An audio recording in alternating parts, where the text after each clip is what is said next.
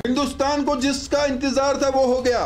कलअदम तंजीम जैश मोहम्मद के सरबराह मसूद अजहर की जानिब से कहा गया है, इंडियन हमले के नतीजे में उनके खानदान के 10 अफराद, 4 करीबी साथी मारे गए हैं।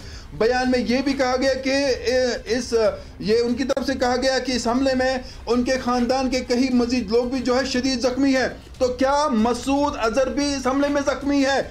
आरिफ कुछ देर बाद मेरे साथ जुड़ेंगे, उनसे भी जानना चाहेंगे। रफीक आपका शुक्रिया। लेकिन पाकिस्तान में जो हमला हुआ है, आपको बता दें कि मसूद अजहर ने यह बयान दिया है बीबीसी को, और आपको बता दें कि ये बड़ी खबर है।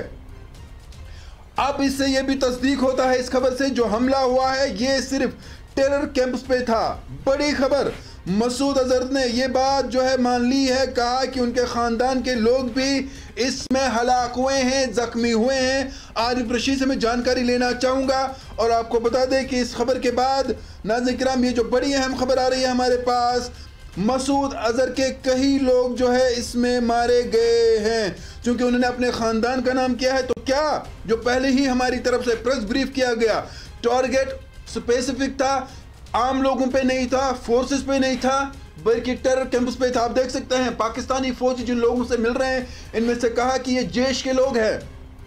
जी हाँ, जिन लोगों से मिल रहे हैं ये जैश के लोग हैं। और अब असर मसूद ने बीबीसी को इंटरव्यू दिया है, उनका कहना है कि उनके ख़ानदान के लोग मारे गए हैं। तो सीधे तौर पर बात यह है कि टेरर कैंप्स पे हमला हुआ था। अपने नाजरीन को बड़ी खबर से बाखबर करे कि अजहर मसूद के कई करीबी लोग इस हमले में मारे गए हैं, और बताया जा रहा है कि उनके घर के 10 लोग और करीबी साथी इसमें जख्मी है। अगर इस खबर को देखा जाए तो हिंदुस्तान के लिए बड़ी कामयाबी है।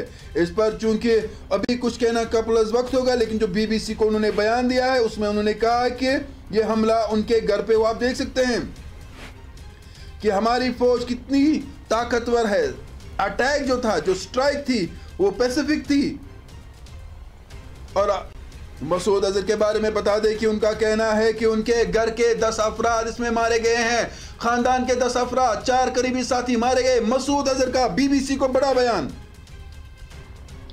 अपने नाज़रीन को बता दें कि मसूद अजहर ने कहा है कि जो भारत में सबसे मतलूबा दहशतगर्द है, उसका कहना है कि उनके घर के अफराद इसमें मारे गए हैं और करीबी साथी भी मारे गए हैं। आरिफ रशीद मेरे साथ। आरिफ, बड़ी खबर, हिंदुस्तान की आवाम को जिसका इंतजार था वो आखिर हो गया, और मसूद अजहर ने कहा कि उनके करीबी लोग, उनके खानदान के लोग मारे गए, यानी टारगेट पे ही था, और मसूद अजहर को बड़ा धचका। जी आरिफ।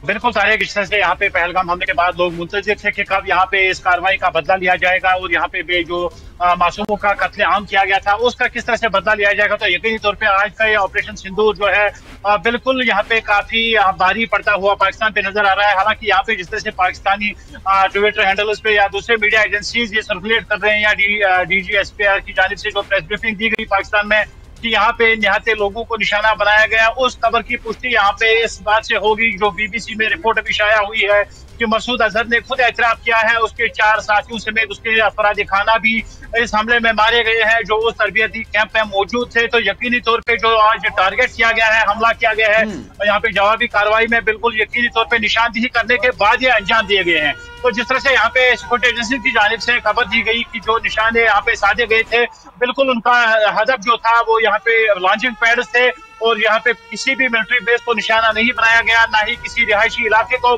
निशाना बनाया गया, बल्कि जो भी लॉन्चिंग पैड्स वहाँ पे थे उनको टारगेट